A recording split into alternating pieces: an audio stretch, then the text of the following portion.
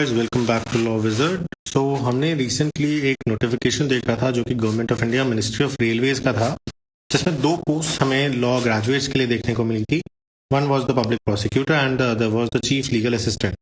इन्हीं दोनों के अंदर डिटेल्ड नोटिफिकेशन अब रिलीज कर दिया गया है और इसके अंदर हम आपका सिलेबस, साथ ही साथ other details like posting, age criteria and so on, हम सभी को देखेंगे।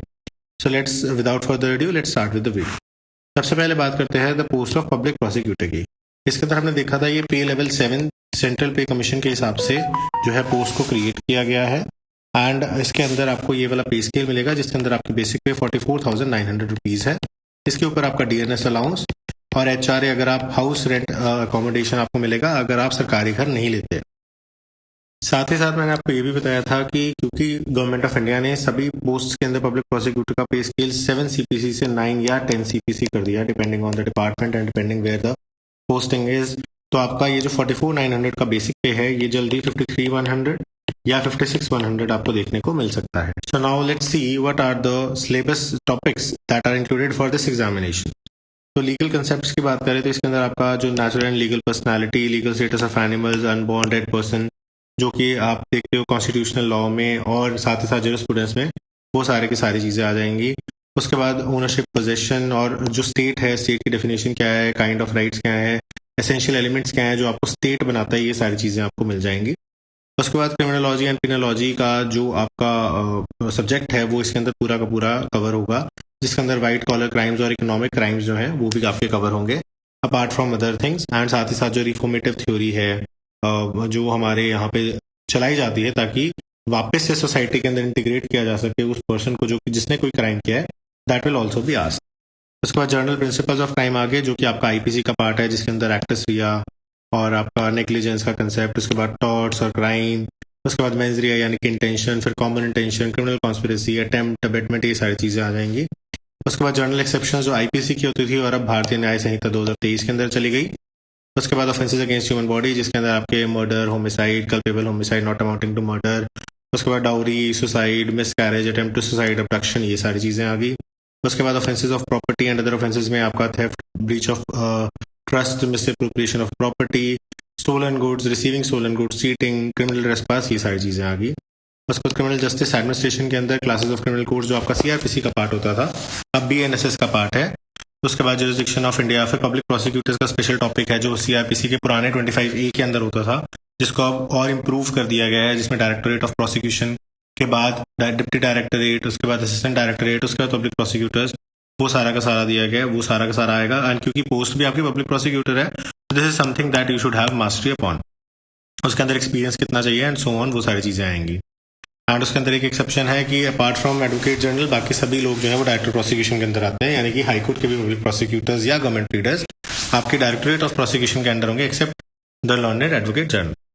उसके बाद प्रिंसिपल ऑफ एविडेंस यानी कि इंडियन एविडेंस एक्ट आ जाएगा, जिसको आप भारतीय साक्ष्य अधिनियम कहते हैं 2023। इसके अंदर आपका admissibility of proofs, burden of proof, dying declaration, police का क्या रोल है, उसके बाद प्रिजम्पशंस क्या है, हियरसे क्या है, हियरसे वाला क्वेश्चन काफ़ी बार रिपीट होता है, ये आप देख सकते हो। फिर इलेक्ट्रॉनिक एविडेंस जो है 65B वाला, वो सारा कुछ आ जाएगा, तो ये सब आपकी चीज़ें आएंगी।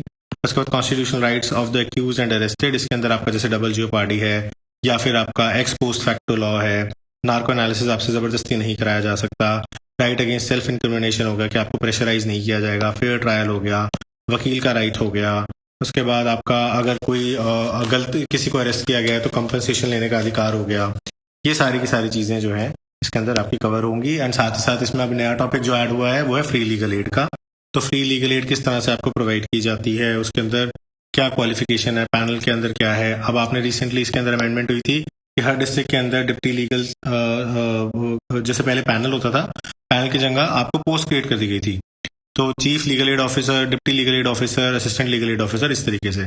तो that is also something that can be asked and उसके अंदर क्या क्वालिफिकेशंस रखी गई हैं वो भी आपका इसमें आ जाता है। उसके बाद भारतीय नागरिक सुरक्षा संहिता, वो तो सारे सेक्शन ही हैं।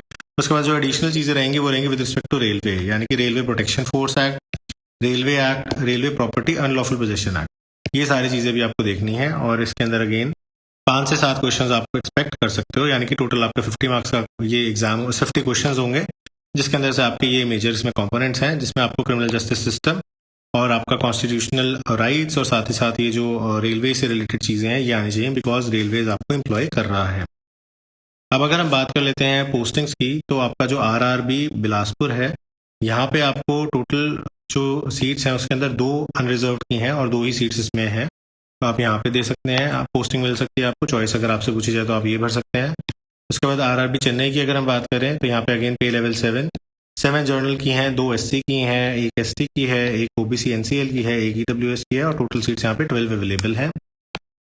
उसके बाद थर्ड हमारे पास आ जाता है कोलकाता के अंदर अगेन जो पब्लिक प्रोसिक्यूटर की है लेवल 7 के अंदर एक ही सीट अवेलेबल है, वो एससी कैटेगरी की है, एक ईडब्ल्यूएस कैटेगरी की है, तो टोटल 2 सीट्स अवेलेबल हैं। एंड लास्ट सीट हमारे पास है बॉम्बे के अंदर, तो बॉम्बे के अंदर अगेन पे लेवल 7 और यहाँ पे आपके अनरिजर्व के अंदर 3 सीट्स हैं, एससी के अंदर 1 सीट है और टोटल आपके पास 4 सीट्स अवेलेबल हैं। तो इस क्राइटेरिया के हिसाब से आप अपनी पोस्टिंग जो है, अगर आपसे प्रेफरेंस पूछी जाए तो आप दे सकते हैं, और अगर आपसे प्रेफरेंस ना पूछी जाए तो these are the probable locations जहाँ पे आपको पोस्टिंग मिल सकती है, and you have a choice कि whether you want to opt for this service और नॉट। तो सिमिलर वे में हम दूसरी नोटिफिकेशन को भी डायसेक्ट करेंगे, that is regarding the chief law assistant, and उसके बारे में भी आपके सारे डाउट्स क्लियर करेंगे, so that you can take a better decision whether you want to give this exam और not, and if you want to give that exam आपको क्या कुछ तैयारी करनी पड़ेगी। So thanks for watching this video, have a nice day.